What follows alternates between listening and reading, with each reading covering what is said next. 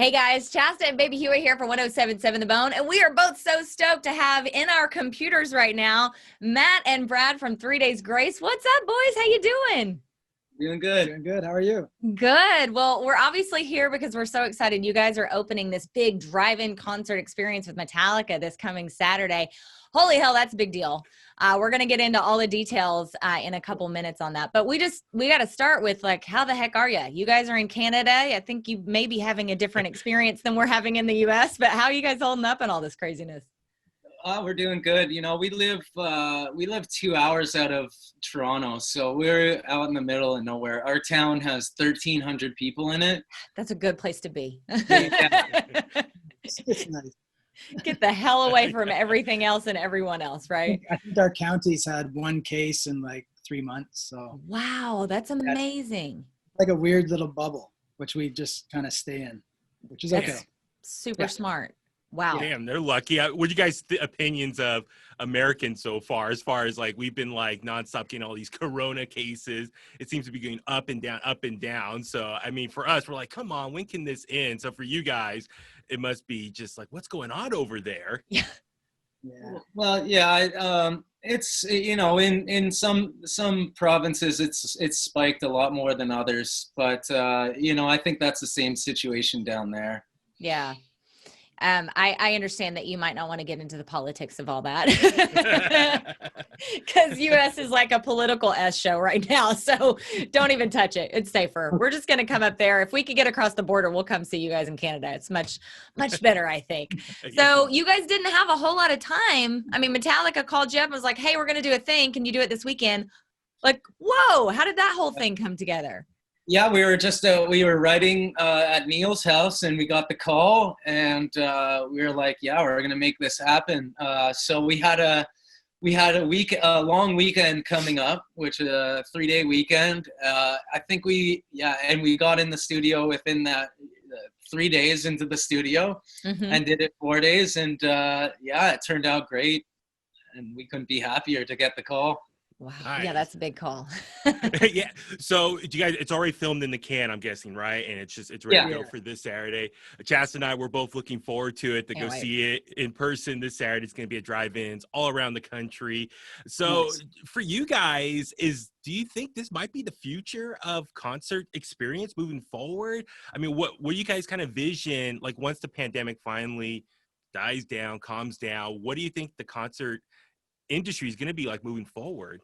It's hard to say, you know. It's I've heard a few stories in Europe where they're doing like it's almost like little VIP sections, but everywhere. You know what I mean? So I don't know if something like that would work, or maybe it is a drive-in situation. But yeah, it's definitely going to be strange for the next year, I think, and I think it's going to be a crazy bottleneck of every band trying to get out there and do something, you know, which is also going to be tough on the industry. But yeah, I don't know, man. It's hard to tell. It's really tough times.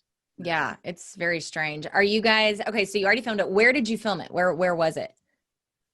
Just outside Hamilton, Ontario. So about 3 hours away from where we live. Yeah, not bad. Just in, like, we filmed it inside a studio type vibe. Yeah. Okay, that's cool. And I have to assume you're doing your Gautier cover? Yeah, we are. Yeah. Okay. Now we got to talk about that, because now you guys do really cool covers. Like, you always kind of surprise your fans, and I think this one was a little bit of a surprise to me. Why did you? I know this song really struck you and you liked it and whatnot, but like, why that song? Well, for the longest time, every time I pick up an acoustic guitar, I play that riff, the dun dun dun dun dun. I just automatically go to it. And then, you know, boredom. One day, I just went out back to the studio. I played the riff, and I'm like, I got Pro Tools in front of me. I'm just going to record this for fun. And I sent it to the guys, and they're like, that's really cool. Your voice really suits this song. And, you know, like, I've always loved this song. And, like, I remember the first time I heard it, it gave me goosebumps. And I was like, oh, my God, this is awesome. And, like, his whole record was awesome. It was, yeah. He hasn't been back since. He came in. He got huge success, which he didn't really like, I don't think. And then he just went away. And he's a really cool artist. Like, he records stuff on fences. Like he'll have like a wire fence, and he'll tighten it to the certain note and hit it. Mm-hmm. And then he'll record that. And then he'll go to the next note and tighten the fence enough that it makes a note, and go to the next note and record that note. So this guy's like, he's kind of. I thought when you said that, it was like some sort of Pro Tools like jargon, like, oh, it's like fences is like a nickname for something in Pro Tools. You're actually talking about a fence. Yeah. He records bass lines. Like a farm fence. A farm fence. Yeah. That's crazy. He's just crazy. Like. Wow. I'm from Southern Oklahoma. I've built a lot of fences in my time, but I can't say that I've ever tried to play a fence before. next time you're at the farm, you should try. I'll try it. Won't turn out like OTI, I can promise you that. Well, as you guys just said, he's kind of like a one-hit wonder. Hopefully a lot of kids kind of understand that terminology. In today's streaming / just the newer version of the music industry. For you guys, though, congrats. Was it 15, 16 number one hits now? You guys, within the last couple of years, past Van Halen. Yeah. Just number hit singles. So has it hit you at all? Like, oh my God, like this is amazing that we've hit this point in our career. Absolutely. You know, we're super grateful. You know, it's hard to believe that it's been almost 20 years and to have that many singles going number one. It's pretty crazy, you know, and we just read the other day the Shinedown just passed us, so that kind of gives us some more fuel to write a couple more. Yeah, and try to take back the belt. Yes, take it back. Well, it's been a couple years since your last album. Are you guys like writing and in the process of doing another one? Like you've had maybe some time on your hands hanging out in the middle of nowhere, Canada. Yeah, totally. We've been, going song by song and just polishing off a song at a time. We all live pretty close to each other. Barry's in Indiana, but we get him on like a FaceTime or whatever, and he's in the room with us on a screen. But we're making it work. That's so crazy. Cool. I do want to talk about like influences because we referenced Van Halen there, and then you have on a Kiss shirt. But you guys kind of span the globe there, and as far as like the world of rock and other genres. So 2-part question: who are your most rockin' influences? Like that we would play on the Bone. We're a classic rock station, okay? Mm-hmm. And then who would be your most surprising? Like throw me a Miley Cyrus or something crazy like that people would be shocked by. Well, my biggest influence when I was a kid, like what made me want to play music was definitely Nirvana and Kurt Cobain. Yeah, I feel you. I guess my shocking one when 3 Days Grace was on Jive Records. Brad brought me a bunch of Jive Records albums.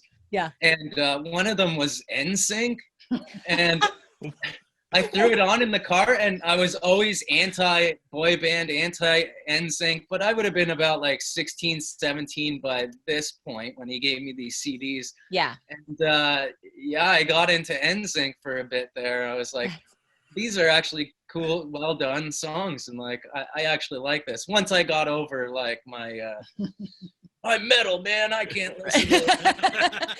But can you dance like Justin Timberlake? That's the real question. Absolutely not.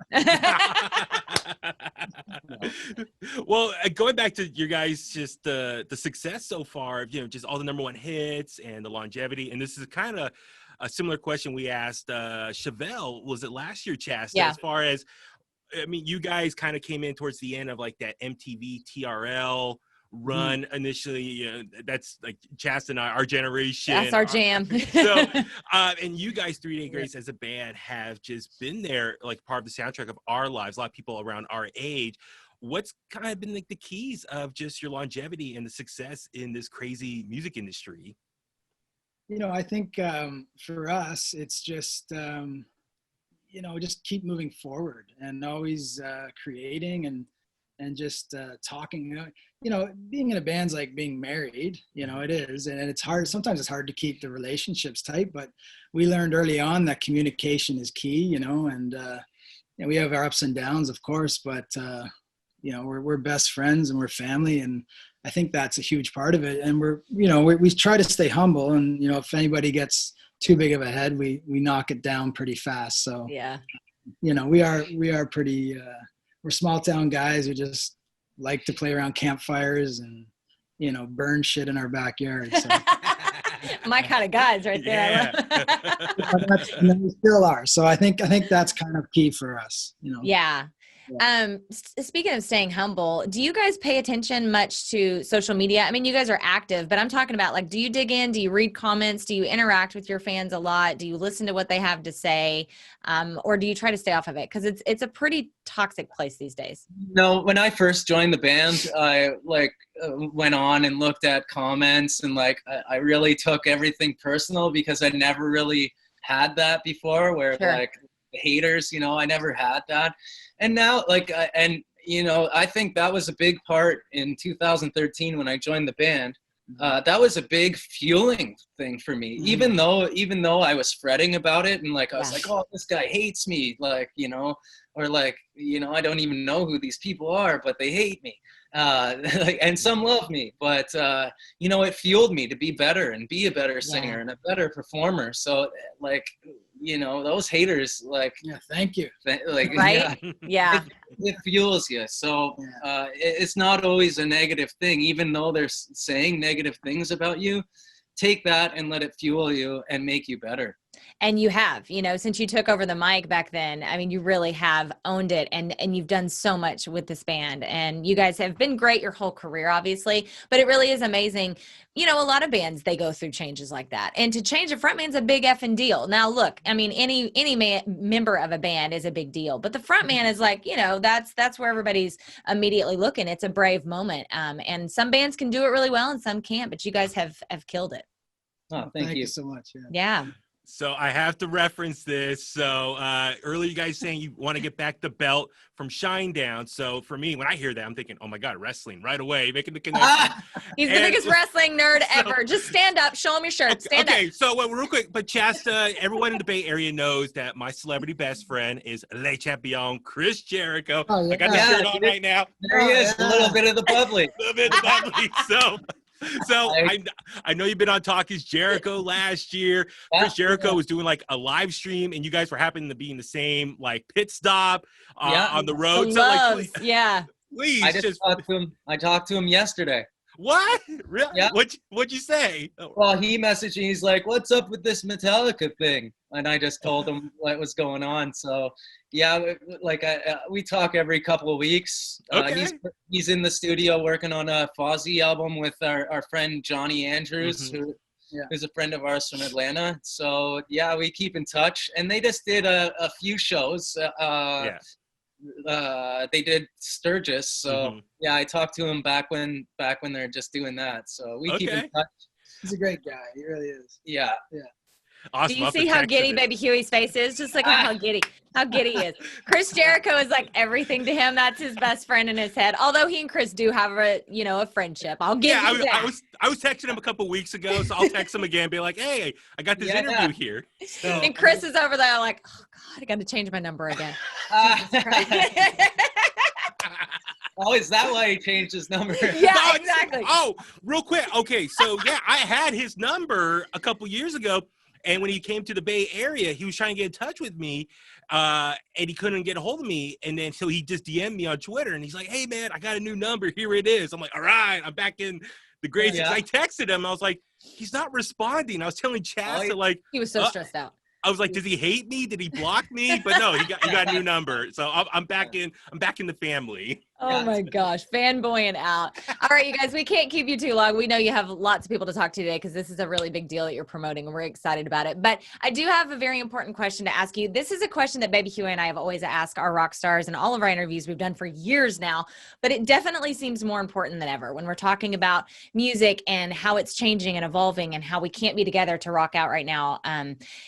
It really hits us all in the core. And so the question comes from a film called Almost Famous. It's 20-year-old film now, which is crazy. But in the last frame of that movie, the question is asked, what do you love about music? So Matt and Brad, especially in these days, what do you love about music? Oh, I love that. It's like, no matter what you're feeling, you can always listen to a song and get whatever you want to feel out of it, whether it's happiness or like sadness. You can listen to it, and it like will make you feel better or help you heal. I feel like that's the best thing about music. Can transport you. Yeah. Brad, what do you think?